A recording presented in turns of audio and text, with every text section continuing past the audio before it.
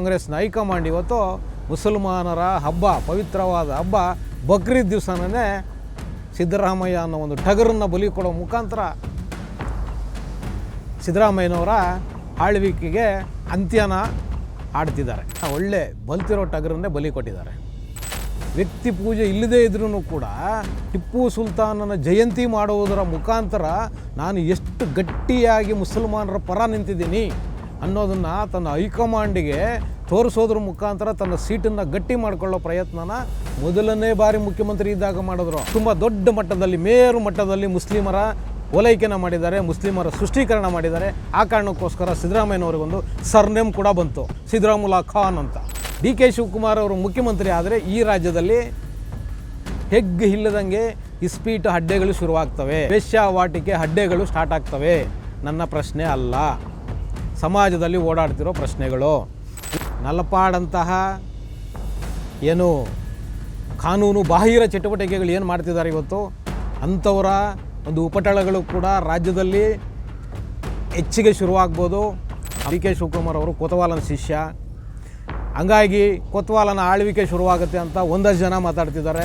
ಸಿದ್ದರಾಮಯ್ಯನವರು ಏನು ಈ ಓಲೈಕೆ ಮಾಡಿದ್ರಲ್ಲ, ಈ ಮಟ್ಟಕ್ಕೆ ನೀವು ಅದನ್ನು ಹಾಗೆ ಮುಂದುವರಿಸ್ಕೊಂಡು ಹೋಗ್ತೀರಾ ಅಥವಾ ಕಮ್ಮಿ ಮಾಡ್ತೀರಾ, ಅಥವಾ ನೀವು ಅದಕ್ಕಿಂತ ಇನ್ನೂ ಜಾಸ್ತಿ ಮಾಡೋದ್ರ ಮುಖಾಂತರ ನಾನು ಸಿದ್ದರಾಮಯ್ಯನವರಿಗಿಂತ ಇನ್ನೂ ಒಂದು ಪಟ್ಟು ಮೇಲು ಅಂತ ತಮ್ಮ ಹೈಕಮಾಂಡಿಗೆ ತೋರಿಸೋದ್ರ ಮುಖಾಂತರ ತಮ್ಮ ಹೈಕಮಾಂಡ್ನ ತೃಪ್ತಿಪಡಿಸ್ತೀರಾ ಗೊತ್ತಿಲ್ಲ.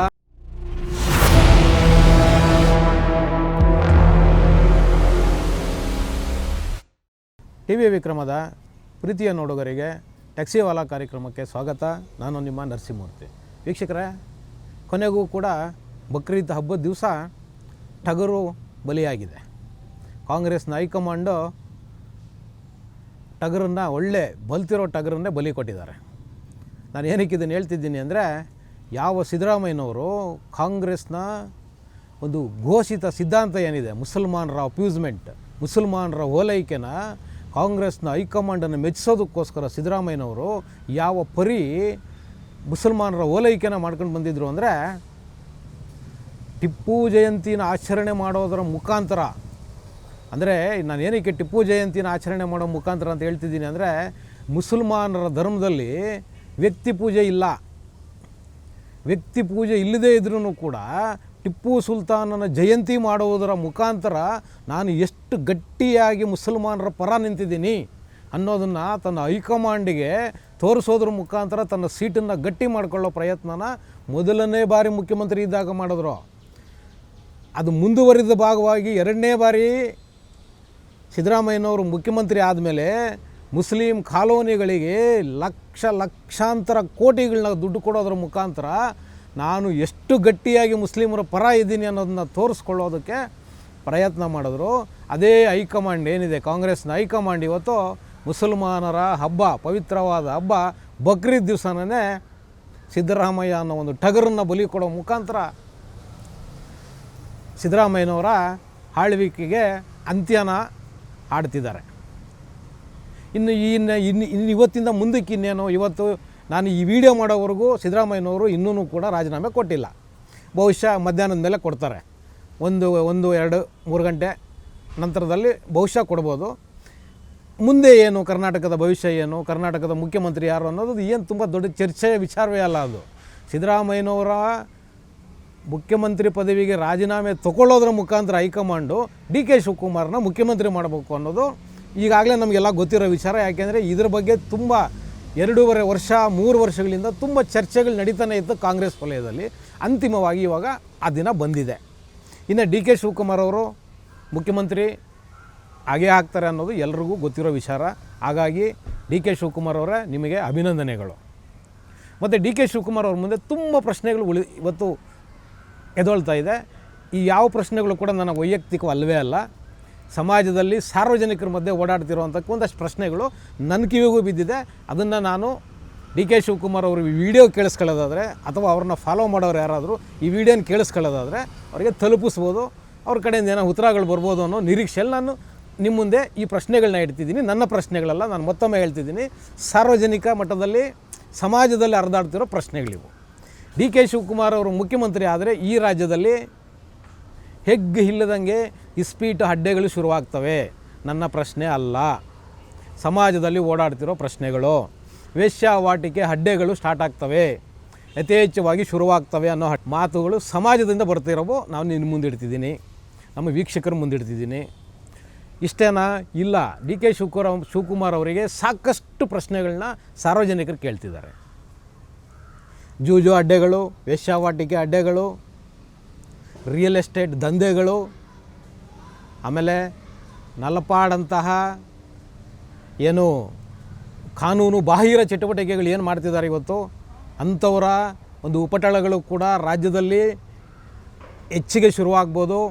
ಆಮೇಲೆ ನಿಮಗೆಲ್ಲ ಗೊತ್ತಿದೆ, ಅಖಂಡ ಶ್ರೀನಿವಾಸ ಮೂರ್ತಿ ಅನ್ನೋ ಒಬ್ಬ ಶಾಸಕರ ಮನೆ ಮೇಲೆ ಬೆಂಕಿನ ಹಾಕಿ ಅದಕ್ಕೆ ಪ್ರಚೋದನೆ ಕೊಟ್ಟಿದ್ದಾರೆ ಅನ್ನೋ ಒಂದು ಆರೋಪನ ಹೊತ್ಕೊಂಡಿರೋ ಸಂಪತ್ ಕುಮಾರ್, ಮಾಜಿ ಮೇಯರ್, ಬೆಂಗಳೂರಿನ ಮಹಾನಗರ ಪಾಲಿಕೆಯ ಮಾಜಿ ಮೇಯರ್ ಸಂಪತ್ ಕುಮಾರ್, ಇಂಥವರು ಉಪಟಳಗಳು ಸಮಾಜದಲ್ಲಿ ಜಾಸ್ತಿ ಆಗುತ್ತೆ. ಇಂಥ ಉಪಟಳಗಳು ಸಮಾಜದಲ್ಲಿ ಜಾಸ್ತಿ ಆದಾಗ ಜನರ ನೆಮ್ಮದಿಗೆ ಭಂಗ ಬರುತ್ತೆ. ಆ ಕಾರಣಕ್ಕೋಸ್ಕರ ಡಿ ಕೆ ಶಿವಕುಮಾರು ಮುಖ್ಯಮಂತ್ರಿ ಆಗೋದು ಅಷ್ಟು ಉಚಿತ ಅಲ್ಲ ಅಂತ ಸಮಾಜದಲ್ಲಿ ಸಾಕಷ್ಟು ಜನ ಇದನ್ನು ಮಾತಾಡ್ಕೊಳ್ತಿದ್ದಾರೆ. ನಾನು ನಿಮ್ಮ ಗಮನಕ್ಕೆ ತರ್ತಿದ್ದೀನಿ. ಇದು ಯಾವುದೂ ಕೂಡ ನನ್ನ ವೈಯಕ್ತಿಕ ವಿಚಾರ ಅಲ್ಲ. ಇಂಥ ದೊಡ್ಡ ಮಟ್ಟದ ಪ್ರಶ್ನೆಗಳು ಸಮಾಜದಲ್ಲಿ ಹುಡ್ತಾ ಇದೆ. ಮತ್ತು ಇನ್ನೂ ಕೆಲವರು ಒಂಚೂರು ಮುಂದೆ ಹೋಗಿ ಮಾತಾಡ್ತಿದ್ದಾರೆ. ಡಿ ಕೆ ಶಿವಕುಮಾರ್ ಅವ್ರನ್ನ ಕೊತ್ವಾಲ್ಗೆ ಹೋಲಿಕೆ ಮಾಡಿ, ಕೊತ್ವಾಲ ಯಾರು ಅಂತ ಬಹುಶಃ ಈ ಪೀಳಿಗೆಯ ಮಕ್ಕಳಿಗೆ ಗೊತ್ತಿಲ್ಲ. ಕೊತ್ವಾಲ ಒಬ್ಬ ಭೂಗತ ರೌಡಿ, ಒಬ್ಬ ದೊರೆ ಅನ್ನಿಸ್ಕೊಂಡಿದ್ದವನು 80-85ರ ದಶಕದಲ್ಲಿ, ಅಂದರೆ ಡಿ ಕೆ ಶಿವಕುಮಾರ್ ಅವರ ಯೌವನದ ದಿನಗಳಲ್ಲಿ. ಮತ್ತು ಸಾಕಷ್ಟು ಜನ ಹೇಳೋದು ಡಿ ಕೆ ಶಿವಕುಮಾರ್ ಅವರು ಕೊತ್ವಾಲನ ಶಿಷ್ಯ, ಹಂಗಾಗಿ ಕೊತ್ವಾಲನ ಆಳ್ವಿಕೆ ಶುರುವಾಗುತ್ತೆ ಅಂತ ಒಂದಷ್ಟು ಜನ ಮಾತಾಡ್ತಿದ್ದಾರೆ. ನನಗೆ ಗೊತ್ತಿಲ್ಲ ಡಿ ಕೆ ಶಿವಕುಮಾರ್ ಅವರು ಕೊತ್ವಾಲ್ ರಾಮಚಂದ್ರನ ಶಿಷ್ಯನ, ಖಂಡಿತ ನನಗೆ ಗೊತ್ತಿಲ್ಲ. ಸಮಾಜದಲ್ಲಿ ಎತ್ತಿರ್ತಕ್ಕಂಥ ಪ್ರಶ್ನೆಗಳನ್ನ ನಾನು ಮಾತಾಡ್ತಿದ್ದೀನಿ ಅಷ್ಟೇ. ಇನ್ನು ಕೆಲವರು ಮಾತಾಡ್ತಿದ್ದಾರೆ, ಕೊತ್ವಾಲ ಏನಾದರೂ ಈ ರಾಜ್ಯದ ಮುಖ್ಯಮಂತ್ರಿ ಆದರೆ ಗಲ್ಲಿನಲ್ಲಿ ಕೊತ್ವಾಲಗಳು ಹೊತ್ಕೊಂಡ್ಬಿಡ್ತಾರೆ, ಕೊತ್ವಾಲಗಳು ಉಟ್ಕೊಂಡ್ಬಿಡ್ತಾರೆ, ಕೊತ್ವಾಲರ ಆಳ್ವಿಕೆ ಶುರುವಾಗ್ಬಿಡುತ್ತೆ, ಸಾಮಾನ್ಯ ಜನ ಬದುಕೋದಕ್ಕಾಗೋದಿಲ್ಲ ಸಮಾಜದಲ್ಲಿ ನೆಮ್ಮದಿಯಿಂದ. ಈ ರೀತಿಯ ಸಾಕಷ್ಟು ಪ್ರಶ್ನೆಗಳನ್ನ ಜನ ತಾವೇ ಮಾತಾಡ್ಕೊಳ್ತಿದ್ದಾರೆ. ಇದನ್ನೇ ಡಿ ಕೆ ಶಿವಕುಮಾರ್ ಯಾರೂ ಕೇಳ್ತಿಲ್ಲ. ಬಟ್ ತಮ್ಮಲ್ಲೇ ಇಂಥ ಒಂದು ಗೊಂದಲಗಳನ್ನ, ಇಂಥ ಒಂದು ಪ್ರಶ್ನೆಗಳನ್ನ ಜನ ತಮ್ಮಲ್ಲೇ ಕೇಳ್ಕೊತಿದ್ದಾರೆ. ಗೊತ್ತಿಲ್ಲ ಡಿ ಕೆ ಶಿವಕುಮಾರ್ ಅವರೇ, ನಿಮಗೆ ಮತ್ತೊಮ್ಮೆ ನೀವು ಮುಖ್ಯಮಂತ್ರಿ ಆಗ್ತಿದ್ದೀರಿ. ನೀವು ಆದರೆ ಅಡ್ವಾನ್ಸ್ ಆಗಿ ನಿಮಗೆ ಅಭಿನಂದನೆಗಳು ನಮ್ಮ ಕಡೆಯಿಂದ. ಮತ್ತು ನಿಮ್ಮ ಮುಂದೆ ಇಷ್ಟೇ ಅಲ್ದಿರ ಅಭಿವೃದ್ಧಿಯ ವಿಚಾರದಲ್ಲಿ, ಹಣಕಾಸಿನ ವಿಚಾರದಲ್ಲಿ, ಅಭಿವೃದ್ಧಿಯ ವಿಚಾರದಲ್ಲಿ, ಮತ್ತು ಎಲ್ಲ ಧರ್ಮಗಳನ್ನೂ ಕೂಡ ಸಮಾನವಾಗಿ ತೊಗೊಂಡೋಗೋ ವಿಚಾರದಲ್ಲಿ, ನಾನು ಮತ್ತೆ ಹೇಳ್ತಿದ್ದೀನಿ, ಎಲ್ಲ ಧರ್ಮಗಳನ್ನು ಕೂಡ ಸಮಾನವಾಗಿ ತೊಗೊಂಡೋಗೋ ವಿಚಾರದಲ್ಲಿ ನಿಮ್ಮ ಮುಂದೆ ದೊಡ್ಡ ಪ್ರಶ್ನೆಗಳಿದೆ. ನಾನು ಯಾಕೆ ಒತ್ತಿ ಎಲ್ಲ ಧರ್ಮಗಳನ್ನು ಅಂತ ಹೇಳ್ತಿದ್ದೀನಿ ಅಂದರೆ, ಹಿಂದೆ ನಮ್ಮ ಸಿದ್ದರಾಮಯ್ಯನವರು ಇದ್ರಲ್ಲ ಮುಖ್ಯಮಂತ್ರಿಗಳು, ಅವರು ತುಂಬ ದೊಡ್ಡ ಮಟ್ಟದಲ್ಲಿ, ಮೇರು ಮಟ್ಟದಲ್ಲಿ ಮುಸ್ಲಿಮರ ಓಲೈಕೆನ ಮಾಡಿದ್ದಾರೆ, ಮುಸ್ಲಿಮರ ಸೃಷ್ಟೀಕರಣ ಮಾಡಿದ್ದಾರೆ. ಆ ಕಾರಣಕ್ಕೋಸ್ಕರ ಸಿದ್ದರಾಮಯ್ಯನವ್ರಿಗೊಂದು ಸರ್ನೇಮ್ ಕೂಡ ಬಂತು, ಸಿದ್ದರಾಮುಲ್ಲಾ ಖಾನ್ ಅಂತ. ಹೌದು, ಸಿದ್ದರಾಮುಲ್ಲಾ ಖಾನ್ ಅಂತ ಹೇಳಿ ಸಿದ್ದರಾಮಯ್ಯನವರಿಗೆ ಆ ಹೆಸರು ಕೂಡ ಬಂದಿದೆ. ದೊಡ್ಡ ಮಟ್ಟದಲ್ಲಿ ಹಿಂದೂ ಸಮಾಜ ಕಾಂಗ್ರೆಸ್ ಮೇಲೆ ಇವತ್ತು ಸಿಟ್ಟು ಮಾಡಿಕೊಳ್ಳೋದಕ್ಕೆ ಕಾರಣ ಸಿದ್ದರಾಮಯ್ಯನವರ ಅತಿಯಾದ ಅಪ್ಯೂಸ್ಮೆಂಟ್ ರಾಜಕಾರಣ. ಈ ರಾಜ್ಯದಲ್ಲಿ ನಾವು ಹಿಂದೆ 5 ವರ್ಷದಲ್ಲಿ ಏನು ಮುಖ್ಯಮಂತ್ರಿ ಆಗಿದ್ದಾರಲ್ಲ ಸಿದ್ದರಾಮಯ್ಯನವರು, ಆ ಕಾಲದಲ್ಲಿ ನೋಡಿರಲಿಲ್ಲ. ಆದರೆ ಈ 3 ವರ್ಷದ ಅವಧಿನಲ್ಲಿ ಸಿದ್ದರಾಮಯ್ಯನವರು ಇದ್ರಲ್ಲ ಮುಖ್ಯಮಂತ್ರಿಗಳಾಗಿ, ಅವರು ತುಂಬ ದೊಡ್ಡ ಮಟ್ಟದಲ್ಲಿ ಆ ಮುಸಲ್ಮಾನ್ ಅಪ್ಯೂಸ್ಮೆಂಟ್ ಮಾಡೋದರ ಮುಖಾಂತರ, ಅವ್ರನ್ನ ಓಲೈಕೆ ಮಾಡೋದರ ಮುಖಾಂತರ ಅವರಿಗೆ ಹೆಚ್ಚೆಚ್ಚು ಸವಲತ್ತುಗಳನ್ನ, ಎಷ್ಟು ಕೊಡಬಾರದು ಅದಕ್ಕಿಂತ ಹೆಚ್ಚು ಸವಲತ್ತುಗಳನ್ನ ಕೊಡೋದರ ಮುಖಾಂತರ ಹಿಂದೂ ಸಮಾಜದ ಒಂದು ಕೆಂಗೆಣ್ಣಿಗೆ ಗುರಿಯಾಗಿದ್ರು ಅಂತಲೇ ನಾನು ಹೇಳಬೇಕಾಗತ್ತೆ. ಆದರೆ ನಿಮ್ಮ ಮುಂದೆ ಈ ಸವಾಲು ಕೂಡ ಇದೆ, ನೀವು ಇದನ್ನು ಹೇಗೆ ನಿಭಾಯಿಸ್ತೀರಿ?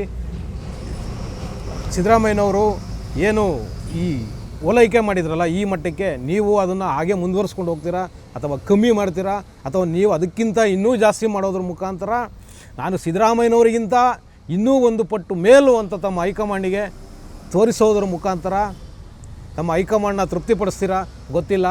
ಮತ್ತು ರಾಜ್ಯದ ಹಣಕಾಸಿನ ಪರಿಸ್ಥಿತಿ ನಮಗೆಲ್ಲರಿಗೂ ಗೊತ್ತಿದೆ, ನಿಮ್ಗಿನ್ನೂ ಚೆನ್ನಾಗೇ ಗೊತ್ತಿದೆ ಇವತ್ತು ಏನಾಗಿದೆ ಅಂತ. ವಿಶೇಷವಾಗಿ ನೀವು ಇಷ್ಟು ದಿವಸ ಬೆಂಗಳೂರಿನ ಉಸ್ತುವಾರಿ ಸಚಿವರಾಗಿದ್ರಿ, ಬೆಂಗಳೂರಿನ ಸಚಿವರು ಕೂಡ ನೀವು ಹೌದು. ನಿಮಗೆ ಗೊತ್ತೇ ಇದೆ ಬೆಂಗಳೂರಿನ ಅಭಿವೃದ್ಧಿ ಇವತ್ತು ಏನೂ ಆಗಲಿಲ್ಲ. 4 ಅಣಿ ಕೆಲಸ ಆಗಿಲ್ಲ, ಇಲ್ಲಿ ರಸ್ತೆ ಗುಂಡಿಗಳು ಮುಚ್ಚಿಲ್ಲ, ರಸ್ತೆ ಡಾಂಬರೀಕರಣ ಆಗಿಲ್ಲ. ದೊಡ್ಡ ಮಟ್ಟದಲ್ಲಿ ಮಳೆ ಬಂದರೆ ಎಲ್ಲೆಂದರಲ್ಲೇ ನೀರು ನಿಲ್ತಾ ಇದೆ, ಮರಗಳೆಲ್ಲ ಉದುರಿ ಬೀಳ್ತಾ ಇದೆ. ಇದ್ರ ಬಗ್ಗೆ ನೀವು ಮುಂದಿನ ದಿನಗಳಲ್ಲಿ ಯಾವ ಕ್ರಮ ವಹಿಸ್ಕೊತೀರಿ, ಹೇಗೆ ಆ ಜವಾಬ್ದಾರಿನ ನಿರ್ವಹಿಸ್ತೀರಿ ಖಂಡಿತ ನಮಗೆ ಗೊತ್ತಿಲ್ಲ. ಯಾಕೆಂದರೆ 3 ವರ್ಷದಲ್ಲಿ ನೀವು ಬೆಂಗಳೂರು ಉಸ್ತುವಾರಿಯಾಗಿ, ಬೆಂಗಳೂರು ಸಚಿವರಾಗಿ ನೀವು ಮಾಡಿದ್ದು ಏನೂ ಇಲ್ಲ. ಕೇವಲ ನಿಮ್ಮ ಕುರ್ಚಿ ಕಿತ್ತಾಟದಲ್ಲಿ ನೀವು ಇಷ್ಟು ದಿವಸ ಸಮಯನ ಕಳೆದಿದ್ದೀರಿ. ಆದರೆ ನಿಮ್ಮ ಪ್ರಯತ್ನ ಮತ್ತು ನಿಮ್ಮ ಹೋರಾಟ ಏನಿದೆ ನಿಮ್ಗೆ ಅದಕ್ಕೆ ಖಂಡಿತ ಇವತ್ತು ಫಲ ಸಿಕ್ಕಿದೆ ಅಂತ ನಾನಂತೂ ಅಂದ್ಕೊಂಡಿದ್ದೀನಿ. ಯಾಕೆಂದರೆ ನಿಮ್ಮವ್ರು ಇನ್ನೂ ಅನೌನ್ಸ್ ಮಾಡಿಲ್ಲ, ಹೈಕಮಾಂಡ್ನವರು ನೀವೇ ಮುಖ್ಯಮಂತ್ರಿ ಅಂತ ಇನ್ನೂ ಅನೌನ್ಸ್ ಮಾಡಿಲ್ಲ. ಬಹುಶಃ ಸಿದ್ದರಾಮಯ್ಯನವರು ರಾಜೀನಾಮೆ ಕೊಟ್ಟ ನಂತರ ಬಹುಶಃ ನಿಮ್ಮ ಹೆಸರು ಅನೌನ್ಸ್ ಆಗ್ಬೋದು, ನೀವು ನಾಳೆ ಪ್ರಮಾಣ ವಚನ ಸ್ವೀಕಾರ ಮಾಡ್ಬೋದು. ಆದರೆ ಈ ಸವಾಲುಗಳನ್ನ ನೀವು ಹೇಗೆ ಎದುರಿಸ್ತೀರಿ? ಮತ್ತು ನಿಮ್ಮ ಮೇಲೆ ಇರ್ತಕ್ಕಂಥ ದೊಡ್ಡ ಆರೋಪ, ಕೊತ್ವಾಲನ ಆಳ್ವಿಕೆ ಕರ್ನಾಟಕದಲ್ಲಿ ಶುರುವಾದರೆ ಗಲ್ಲಿನಲ್ಲಿ ಛೋಟ ಮೋಟ ಕೊತ್ವಾಲಗಳು ಹುಟ್ಕೊಳ್ತಾರೆ. ಸಮಾಜದಲ್ಲಿ ಸಭ್ಯ ನಾಗರಿಕರು ಬದುಕೋದಕ್ಕೆ ಕಷ್ಟ ಆಗುತ್ತೆ ಅನ್ನೋ ಸಮಾಜದ ಏನೊಂದು ಕೊರಗಿದೆ ಅಥವಾ ಒಂದು ಕೂಗಿದೆಯಲ್ವ, ಆ ಕೂಗಿಗೆ ನೀವು ಯಾವ ರೀತಿ ಸ್ಪಂದನೆ ಮಾಡ್ತೀರಿ ಖಂಡಿತ ನಮಗೆ ಗೊತ್ತಿಲ್ಲ. ಆದರೆ ಡಿ ಕೆ ಶಿವಕುಮಾರ್ ಅವರೇ ಖಂಡಿತವಾಗ್ಲೂ ನಿಮಗೆ ಒಳ್ಳೆಯ ಭವಿಷ್ಯ ಇದೆ. ಮುಂದಿನ ದಿನಗಳಲ್ಲಿ ಸಮಾಜದಲ್ಲಿ ಏನು ಇವತ್ತು ನಿಮ್ಮ ಮೇಲೆ ಒಂದು ಋಣಾತ್ಮಕವಾದ ಪ್ರಶ್ನೆಗಳು ಜನ ಎತ್ತಿದಾರಲ್ಲ, ಇವತ್ತು ಆ ಪ್ರಶ್ನೆಗಳನ್ನ ನೀವು ಕೇಳಿಸ್ಕೊಂಡು ನೀವು ಅದನ್ನು ಸರಿ ಮಾಡಿಕೊಂಡು ತಿದ್ದುಕೊಂಡ್ರೆ ಖಂಡಿತವಾಗ್ಲೂ ಕೂಡ ಕರ್ನಾಟಕದ ಕಾಂಗ್ರೆಸ್ ರಾಜಕಾರಣದಲ್ಲಿ ನಿಮಗೆ ಉತ್ತಮವಾದ ಭವಿಷ್ಯ ಇದೆ. ನಾನು ಏನಕ್ಕೆ ನಿಮಗೆ ಉತ್ತಮವಾದ ಭವಿಷ್ಯ ಇದೆ ಅಂತ ಹೇಳ್ತಿರೋದು ಅಂದರೆ, ಕರ್ನಾಟಕದಲ್ಲಿ BJP ಪಕ್ಷ ಏನಿದೆ, ಮಾನ್ಯ ಯಡಿಯೂರಪ್ಪನವರ ನಂತರ BJP ಪಕ್ಷದಲ್ಲಿ ದೊಡ್ಡ ಮಟ್ಟದಲ್ಲಿ ನಾಯಕತ್ವ ಇಲ್ಲ, ನಾಯಕತ್ವದ ಕೊರತೆ ಇದೆ. ಆ ಕಾರಣಕ್ಕೋಸ್ಕರ ನಿಮಗೆ ಮುಂದಿನ ದಿನಗಳಲ್ಲಿ ನಿಮಗೆ ದೊಡ್ಡ ಭವಿಷ್ಯ ಇದೆ. ಆದರೆ ಈಗ ಸಮಾಜದಲ್ಲಿ ಏನು ಪ್ರಶ್ನೆಗಳು ಎದೊಳ್ತಿದೆ ಅಂತ ನಾನು ಈಗಾಗಲೇ ಹೇಳಿದ್ದೀನಲ್ಲ, ಆ ಪ್ರಶ್ನೆಗಳನ್ನ ನೀವು ಸರಿಯಾಗಿ ಅರ್ಥ ಮಾಡಿಕೊಂಡು ಆ ಎಲ್ಲ ಏನು ಆರೋಪಗಳಿದೆ ಸಮಾಜದಲ್ಲಿ ನಿಮ್ಮ ಮೇಲೆ, ಆ ಆರೋಪಗಳನ್ನೆಲ್ಲ ನೀವು ಮುಕ್ತ ಮಾಡಿಕೊಂಡು ಅವನ್ನೆಲ್ಲ ಬಿಟ್ಟು ನೀವು ಒಳ್ಳೆ ರೀತಿಯಲ್ಲಿ ಆಳ್ವಿಕೆಯನ್ನು ಜನರಿಗೆ ಕೊಡೋದೇ ಆದರೆ ಖಂಡಿತವಾಗ್ಲೂ ಕೂಡ ನಿಮಗೆ ಒಳ್ಳೆಯ ಭವಿಷ್ಯ ಇದೆ. BJP ಇವತ್ತು ದೊಡ್ಡ ಮಟ್ಟದಲ್ಲಿ ನಾಯಕತ್ವದ ಕೊರತೆ ಅನುಭವಿಸ್ತಿರೋದ್ರಿಂದ BJPನಲ್ಲಿ ಮುಂದಿನ ದಿನಗಳಲ್ಲಿ ಯಾರಾದರೂ ದೊಡ್ಡ ಮಟ್ಟದಲ್ಲಿ ನಾಯಕತ್ವ ಸಿಕ್ಕಿದ್ರೆ ಯಡಿಯೂರಪ್ಪನವರಿಗೆ ಸರಿಸಮನಾಗಿ ಪಕ್ಷನ ಸಂಘಟನೆ ಮಾಡುವಂಥ ಒಂದು ನಾಯಕತ್ವ BJPಗೆ ಸಿಕ್ಕಿದ್ರೆ ಬಹುಶಃ ನಿಮಗೆ ಕಷ್ಟ ಆಗುತ್ತೆ.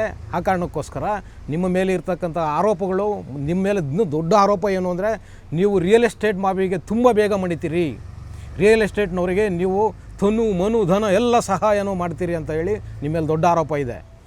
ಖಾಲಿ ನಿಮ್ಮ ಮೇಲೇ ಅಲ್ಲ, ನಿಮ್ಮ ತಮ್ಮ ಅವರಿದ್ದಾರಲ್ವ DK ಸುರೇಶ್ ಅವ್ರ ಮೇಲೂ ಕೂಡ ದೊಡ್ಡ ಆರೋಪಗಳಿದೆ. ನೀವು ಇಂತಹ ಆರೋಪಗಳನ್ನ ದೂರ ಇಟ್ಟು ಇದರಿಂದ ಮುಕ್ತಿ ತಗೊಂಡು ನೀವು ಸಮಾಜದ ಉದ್ಧಾರಕ್ಕೆ, ಜನರ ಉದ್ಧಾರಕ್ಕೆ ಧರ್ಮಾತೀತವಾಗಿ ನೀವೇನಾದರೂ ಕೆಲಸ ಮಾಡಿದ್ದೆ ಆದರೆ, ಮುಸಲ್ಮಾನರ ಓಲೈಕೆನ ಕಮ್ಮಿ ಮಾಡೋದ್ರ ಮುಖಾಂತರ ನೀವೇನಾದರೂ ರಾಜಕಾರಣನ ಶುರು ಮಾಡಿದ್ದೆ ಆದರೆ ಖಂಡಿತವಾಗ್ಲೂ ಕೂಡ ನಿಮಗೆ ಕರ್ನಾಟಕದ ಕಾಂಗ್ರೆಸ್ ಪಕ್ಷದಲ್ಲಿ ಒಳ್ಳೆಯ ಭವಿಷ್ಯ ಇದೆ ಮುಂದಿನ ದಿನಗಳಲ್ಲಿ. ಯಾಕೆಂದರೆ ಈಗಾಗಲೇ ಕೂಡ ನಿಮಗೂ ಗೊತ್ತು, ಈ ದೇಶದಕ್ಕೂ ಗೊತ್ತು, ದೇಶದ ಕಾಂಗ್ರೆಸ್ನ ಹೈಕಮಾಂಡ್ನಲ್ಲಿ ಏನು ನಾಯಕತ್ವ ಇದೆ ಅದು ತುಂಬ ಶಿಥಿಲವಾಗಿದೆ. ಅಲ್ಲಿ ನಾಯಕತ್ವದ ಕೊರತೆ ಇದೆ. ಮುಂದಿನ ದಿನಗಳಲ್ಲಿ ನಿಮಗೆ ಬಹುಶಃ ಪ್ರಧಾನಮಂತ್ರಿ ಆಗೋ ಅವಕಾಶಗಳು ಕೂಡ ಇದೆ. ಯಾಕೆಂದರೆ ನಿಮ್ಮ ಆ ಹೋರಾಟದ ಗುಣ ಏನಿದೆ ಅಲ್ವಾ, ಆ ಹೋರಾಟದ ಗುಣ ನಿಮ್ಮನ್ನು ಆ ಮಟ್ಟಕ್ಕೆ ತೊಗೊಂಡು ಹೋಗ್ಬೋದು. ಆ ಕಾರಣಕ್ಕೋಸ್ಕರ ನಿಮ್ಮ ಮೇಲೆ ಏನು ಆರೋಪಗಳಿದೆ ಆ ಆರೋಪಗಳನ್ನ ದಯವಿಟ್ಟು ಜನರ ಮುಂದೆ ನೀವು ಸಾಬೀತುಪಡಿಸ್ಬೇಕು. ನಾನು ಅದಲ್ಲ, ನಾನು ಕೊತ್ವಾಲ್ನಲ್ಲ, ನಾನು ಕೊತ್ವಾಲ್ನ ಶಿಷ್ಯ ಅಲ್ಲ, ನಾನು ಗಲ್ಲಿನಲ್ಲಿ ಕೊತ್ವಾಲುಗಳನ್ನ ಹುಟ್ಕೊಳ್ಳೋದಕ್ಕೆ ಬಿಡೋದಿಲ್ಲ ಅಂತ ಹೇಳಿ ನೀವೇನಾದರೂ ಪೊಲೀಸ್ನವರಿಗೆ ಫ್ರೀ ಹ್ಯಾಂಡ್ ಕೊಟ್ಟವ್ರನ್ನ ಕೆಲಸ ಮಾಡೋಕೆ ಬಿಟ್ಟರೆ ಖಂಡಿತವಾಗ್ಲೂ ಈ ರಾಜ್ಯದಲ್ಲಿ ಕೊತ್ವಾಲಗಳು ತಲೆ ಆಡಿಸೋಕ್ಕೆ ಸಾಧ್ಯನೇ ಇಲ್ಲ. ಆದಷ್ಟು ನಿಮ್ಮ ಹಿಂದೆ ಮುಂದೆ ಇವಾಗ ಏನು ಓಡಾಡ್ತಿದ್ದಾರಲ್ಲ ಜನ, ಅವ್ರ ಮೇಲೆ ಸಮಾಜಕ್ಕೆ ಅಷ್ಟು ಒಳ್ಳೆಯ ಅಭಿಪ್ರಾಯ ಇಲ್ಲ. ದಯವಿಟ್ಟು ನೀವು ಅಧಿಕಾರ ತೊಗೊಳ್ತಿದ್ದೀರಿ, ಈಗ ನೀವು ಈ ರಾಜ್ಯದ ಮುಖ್ಯಮಂತ್ರಿ ಸ್ಥಾನದಲ್ಲಿ ಕೂರ್ತಿದ್ದೀರಿ, ಅದಕ್ಕೆ ಅಂಥ ಶಕ್ತಿಗಳನ್ನೆಲ್ಲ ಒಂದು ಚೂರು ನೀವು ದೂರನೇ ಇಟ್ಟು ನೀವು ಅಧಿಕಾರ ನಡೆಸೋದೇ ಆದರೆ ಖಂಡಿತವಾಗ್ಲೂ ಕೂಡ ನಿಮಗೆ ಒಳ್ಳೆಯ ಭವಿಷ್ಯ ಇದೆ. DK ಶಿವಕುಮಾರ್ ಅವರೇ, ನೀವು ಕುಂಭಮೇಳಕ್ಕೆ ಹೋಗಿ ಕಾಂಗ್ರೆಸ್ಸನ್ನು ವಿರೋಧ ಮಾಡಿಕೊಂಡು ಕುಂಭಮೇಳಕ್ಕೆ ಹೋಗಿ ಸ್ನಾನ ಮಾಡ್ಕೊಂಡು ಬಂದಾಗಲೇ ಬಹುಶಃ ಸಮಾಜದಲ್ಲಿ ಇವತ್ತೇನು ಇದ್ದಿದ್ದಾವಲ್ಲ ಇಂಥ ಪ್ರಶ್ನೆಗಳು, ನಿಮ್ಮ ಮೇಲೆ ಅನುಮಾನದ ಪ್ರಶ್ನೆಗಳು, ಇಂಥ ಪ್ರಶ್ನೆಗಳು ತೊಳೆದೋಗಿದ್ದಾವೆ ಅಂತ ನಾನು ಭಾವಿಸ್ತೀನಿ. ಆ ಕಾರಣಕ್ಕೋಸ್ಕರ ನೀವು ಇನ್ಮೇಲೆ ನಿಮ್ಮ ಜೊತೆನಲ್ಲಿದ್ದಾವಲ್ಲ ಈ ಪಿಳ್ಳೆ ಪಿಚ್ಕು ಪೀಡೆ ಪಾಡೆ ಅಂಥವು, ಇಂಥವನ್ನೆಲ್ಲ ಒಂದು ಚೂರು ಸೈಡಿಗಿಟ್ಟು ನೀವು ಉತ್ತಮವಾದ ಕೆಲಸನ ಮಾಡಿ. ಯಾಕೆಂದರೆ ನೀವೊಬ್ಬರು ಒಳ್ಳೆ ಕೆಲಸಗಾರ ಅನ್ನೋದು ಎಲ್ರಿಗೂ ಗೊತ್ತಿದೆ. ನೀವೊಬ್ಬ ಒಳ್ಳೆ ಸಂಘಟನಾ ಶಕ್ತಿ ಇರೋ ಮನುಷ್ಯ ಅಂತ ಎಲ್ರಿಗೂ ಗೊತ್ತಿದೆ. ನೀವು ಆ ಶಕ್ತಿನ, ಆ ತಾಕತ್ತನ್ನು ಈ ಪೀಡೆ ಪಿಟುಕುಗಳನ್ನ ಇಟ್ಕೊಂಡು ಜೊತೆಯಲ್ಲಿ ದಯವಿಟ್ಟು ನೀವು ಕಾಲಹರಣ ಮಾಡಬೇಡಿ. ಮತ್ತು ಅಂಥವರಿಗೆ ನೀವು ಸಹಕಾರ ಕೊಡೋದ್ರ ಮುಖಾಂತರ ಜನರ ಕಣ್ಣಲ್ಲಿ ಕೆಟ್ಟವರಾಗಿ ಕಾಣಬೇಡಿ. ನಾನು ಆಗಲೇ ಹೇಳ್ದಂಗೆ ನಿಮಗೆ ದೊಡ್ಡ ಭವಿಷ್ಯ ಇದೆ. ಹೌದು, ನಿಮಗೆ ದೊಡ್ಡ ಭವಿಷ್ಯ ಇದೆ ಕಾಂಗ್ರೆಸ್ ಪಕ್ಷದಲ್ಲಿ. ಆ ಕಾರಣಕ್ಕೋಸ್ಕರ ದಯವಿಟ್ಟು ಈ ನಲಪಾಡು, ಸಂಪತ್ ಕುಮಾರು, ದಯವಿಟ್ಟು ಇಂಥವ್ರನ್ನ ಸ್ವಲ್ಪ ದೂರ ಇಡಿ. ಇಂಥವ್ರನ್ನ ಸ್ವಲ್ಪ ದೂರ ಇಡಿ. ನಿಮಗೆ ಇದರಿಂದ ತುಂಬ ಲಾಭ ಆಗುತ್ತೆ. ಇವ್ರನ್ನ ಇಟ್ಕೊಳ್ಳೋದ್ರಿಂದ ನಿಮಗೇನು ಲಾಭ ಇಲ್ಲ. ಖಂಡಿತ ನಿಮಗೇನು ಇದರಿಂದ ಲಾಭ ಬರೋದಿಲ್ಲ. ನೀವು ಸಂಪತ್ ಕುಮಾರ್ನ ರಕ್ಷಣೆ ಮಾಡೋದಕ್ಕೆ ಎಷ್ಟೆಲ್ಲ ಮಾಡಿದ್ರಿ ನೀವು ಹೇಳಿ. ಅಖಂಡ ಶ್ರೀನಿವಾಸ ಮೂರ್ತಿ ಅವ್ರ ಮನೆಗೆ ಬೆಂಕಿ ಹಚ್ಚಿದಾಗ ನೀವು ಅವ್ರನ್ನ ರಕ್ಷಣೆ ಮಾಡೋಕ್ಕೆ ನೀವೆಷ್ಟು ಸರ್ಕಸ್ ಮಾಡಿದ್ರಿ, ನಿಮ್ಮ ಮೇಲೆ ಎಷ್ಟು ಆರೋಪಗಳು ಬಂತು. ನೀವು ಅದನ್ನು ಎಷ್ಟು ಗಟ್ಟಿಯಾಗಿ ನಿಂತ್ಕೊಂಡು ನೀವು ಆ ಆರೋಪಗಳಿಗೆ ಉತ್ತರಗಳನ್ನ ಕೊಟ್ಟರೆ. ದಯವಿಟ್ಟು ಇಂಥ ರಿಸ್ಕನ್ನು ತಗೋಬೇಡಿ. ಏನೋ ಈ ರಾಜ್ಯದಲ್ಲಿ ಸಾಕಷ್ಟು ಜನ ನಿರುದ್ಯೋಗ ಇದೆ, ಹಬಲೆಯರಿದ್ದಾರೆ, ಅಸಹಾಯಕರಿದ್ದಾರೆ. ಅವ್ರ ಪರ ನಿಲ್ಲಿ. ನಿಮ್ಮ ಮೇಲೆ ದೊಡ್ಡ ಆರೋಪ ಭ್ರಷ್ಟಾಚಾರ ಇದೆ. ಭ್ರಷ್ಟಾಚಾರದ ಆರೋಪ ನಿಮ್ಮ ಮೇಲೆ ದೊಡ್ಡ ಮಟ್ಟದಲ್ಲಿ ಸಾರ್ವಜನಿಕರ ಕಡೆಯಿಂದ ಬರ್ತಿದೆ. DK ಶಿವಕುಮಾರ್ ಅಂದರೆ ಭ್ರಷ್ಟ ಅನ್ನೋ ಒಂದು ಹಣೆಪಟ್ಟಿನ ನಿಮ್ಮ ಮೇಲಿದೆ. ದಯವಿಟ್ಟು ನಿಮಗೆ ಸಿಕ್ಕಿರೋದು ತುಂಬ ಕಮ್ಮಿ ಅವಧಿ, ತುಂಬ ಕಮ್ಮಿ ಅಂದರೆ ಒಂದು 2 ವರ್ಷ. ಆ 2 ವರ್ಷ ಪೂರ್ತಿಯಾಗೂ ನಿಮ್ಮ ಹತ್ರ ಇಲ್ಲ ಈಗ. ಯಾಕೆಂದರೆ ನೀವು 2 ವರ್ಷ ಒಳಗಡೆ ಚುನಾವಣೆಗಳು ಮುಗಿಸ್ಬೇಕು. ನಿಮಗೆ ಜಾಸ್ತಿ ಅಂದರೆ ಒಂದು 18ರಿಂದ 19 ತಿಂಗಳು ನಿಮಗೆ ಕಾಲಾವಕಾಶ ಸಿಗ್ಬೋದು. ಆ 18-19 ತಿಂಗಳನ್ನು ನೀವು ಯಾವ ರೀತಿ ಸದ್ಬಳಕೆ ಮಾಡಿಕೊಂಡು ಸಮಾಜದ ಉದ್ಧಾರಕ್ಕೆ, ಇಲ್ಲಿ ಬಡಬಗ್ಗರ ಒಂದು ಅಭಿವೃದ್ಧಿಗೋಸ್ಕರ ನೀವು ಯಾವ ರೀತಿ ಕೆಲಸ ಮಾಡ್ತೀರಾ, ಅದರ ಮೇಲೆ ನಿಮ್ಮ ಮುಂದಿನ ರಾಜಕೀಯ ಭವಿಷ್ಯ ನಿಂತಿರುತ್ತೆ. DK ಶಿವಕುಮಾರ್ ಅವರೇ, ಮತ್ತೊಮ್ಮೆ ನಿಮಗೆ ಅಭಿನಂದನೆಗಳನ್ನ ಹೇಳ್ತಾ ಇವತ್ತಿನ ಟ್ಯಾಕ್ಸಿವಾಲಾ ಕಾರ್ಯಕ್ರಮನ ಮುಗಿಸ್ತಾ ಇದ್ದೀನಿ. ಶೇರ್ ಮಾಡಿ, ಸಬ್ಸ್ಕ್ರೈಬ್ ಮಾಡಿ, ಲೈಕ್ ಮಾಡಿ, ಹೆಚ್ಚೆಚ್ಚು ಕಾಮೆಂಟ್ ಮಾಡೋದರ ಮುಖಾಂತರ ನಮ್ಮನ್ನು ಪ್ರೋತ್ಸಾಹಿಸ್ತೀರಿ. ಟಿವಿ ವಿಕ್ರಮ, ದೇಶ ನಿಮ್ಮ ಕೈಯಲ್ಲಿ.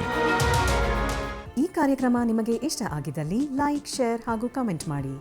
ಟಿವಿ ವಿಕ್ರಮದ ಕಾರ್ಯಕ್ರಮಗಳನ್ನು ನಿರಂತರವಾಗಿ ವೀಕ್ಷಿಸಲು ಸಬ್ಸ್ಕ್ರೈಬ್ ಮಾಡಿ, ಬೆಲ್ ಐಕನ್ ಒತ್ತಿ.